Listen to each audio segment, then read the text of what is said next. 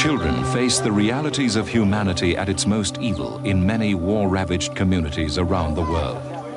Killed and maimed, left destitute and homeless by the cycle of poverty and famine. Throughout Africa and the Middle East, children are dying from bombs, landmines, disease, and starvation. This is an urgent appeal. An appeal for action to prevent the maiming of children, and an appeal to help all those in desperate need right now. The Children's Hunger Relief Fund is an organization that saves lives, both spiritually and physically, by seeking out those not reached by any other aid agency. Since its inception in 1975, Children's Hunger Relief Fund teams work in remote regions or active war zones, where other groups refuse to go due to the dangers involved. They go where angels fear to tread, because of their faith and commitment to the Lord. Established by American author Colonel V. Donor, Children's Hunger Relief Fund not only provides emergency relief, but long-term assistance to break the vicious cycle of poverty that traps millions of families and children. According to the United Nations, 800 million people around the world suffer from malnutrition, and 24,000 die of hunger every day. On average, every 3.6 seconds, one person dies, and 75% of these are under the age of 5. These horrifying statistics reveal the important role that the Children's Hunger Relief Fund has to play. In recent years, millions of meals and more than $100 million worth of medicines, clothing, seed, and water systems have been distributed to children worldwide. 97% of all donations go directly into the hands of those in need. Through the efforts of scores of committed field workers, Children's Hunger Relief Fund has brought hope and relief to those in distress. In many cases, this amounts to an average cost of less than $30 a month for a family of 6 people to survive. Delivery and distribution is often undertaken at great personal risk, as supplies are distributed by air and road into some of the most remote villages and hottest war zones across the globe. Heading up on-the-ground distribution in the Middle East and Africa is Children's Hunger Relief Fund's African Projects Director, Derek Hammond. He and his team of tireless field workers coordinate relief efforts from South Africa. Well, the speed at which we can respond and the efficiency of our response often means the difference between life and death, people dying or people surviving, especially in a war situation or in a natural disaster such as a volcano or a flood. And besides the speed at reaching these people with the food or the medicine that they urgently require, politics comes into play. There's border crossings, there's visas, and we are a small, flexible, lightweight team that can respond within hours, getting in onto the ground, and often getting into the areas, again, because of politics, UN organizations can't access certain areas. A major focus for Derek and his team in recent years is the escalating conflict in Sudan. To gain control of vast oil-rich areas in the south, the National Islamic Front government of the north has waged war against the predominantly Christian communities in an attempt to drive them out of their villages and off their land. This has led to more than 2 million lives being lost and a refugee crisis in which over 5 million people have been left homeless. And the situation is getting worse.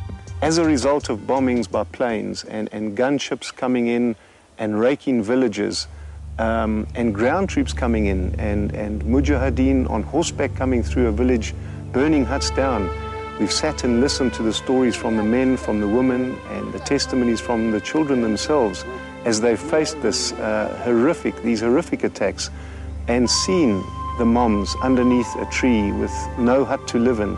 Because as they build a hut, the government troops will come in and burn that hut down, trying to prevent them from establishing a village in an area where the oil might be. Whenever enabled by the generosity of its donors, Children's Hunger Relief Fund brings much-needed supplies to communities who live in villages in the Upper Nile region. It has also joined hands in prayer and ministered to the spiritual needs of these committed Christians. Something that has really struck me and impressed upon me is the amazing or the incredible faith of these people. Amazing people with an amazing faith. The number of children who look to an uncertain future is staggering. With hundreds of families and many villages destroyed, those who remain face famine on an unprecedented scale. Medical needs are a priority, along with the supply of meals and the means for survival. This young boy, James, has lost his whole family, obliterated in an attack on his village. With his entire world shattered, what future does he face? The escalating conflict in the Sudan worsens by the day, and with it, the need for urgent relief aid. For those who have nothing and ask us for so little, their cry for help cannot go unheeded.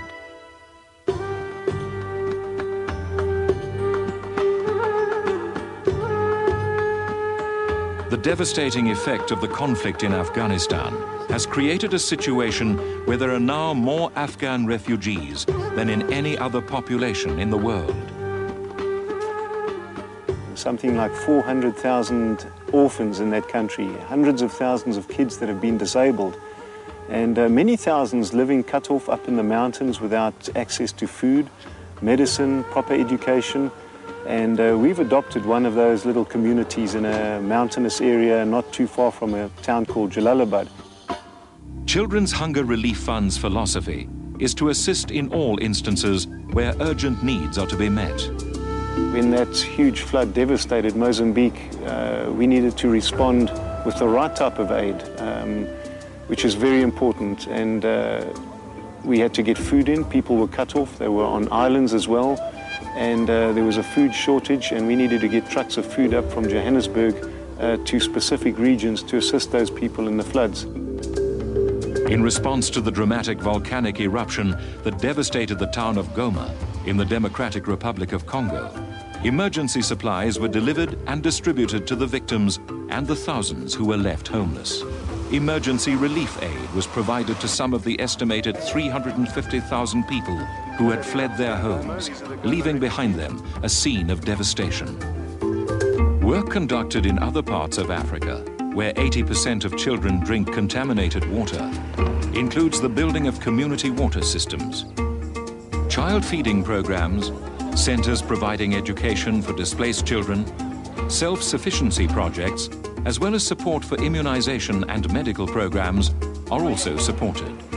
As the ravages of the HIV/AIDS pandemic decimates entire communities in sub-Saharan Africa, the development of many projects, such as the Samaritan Centers for AIDS Orphans, is playing a key role in supporting these children.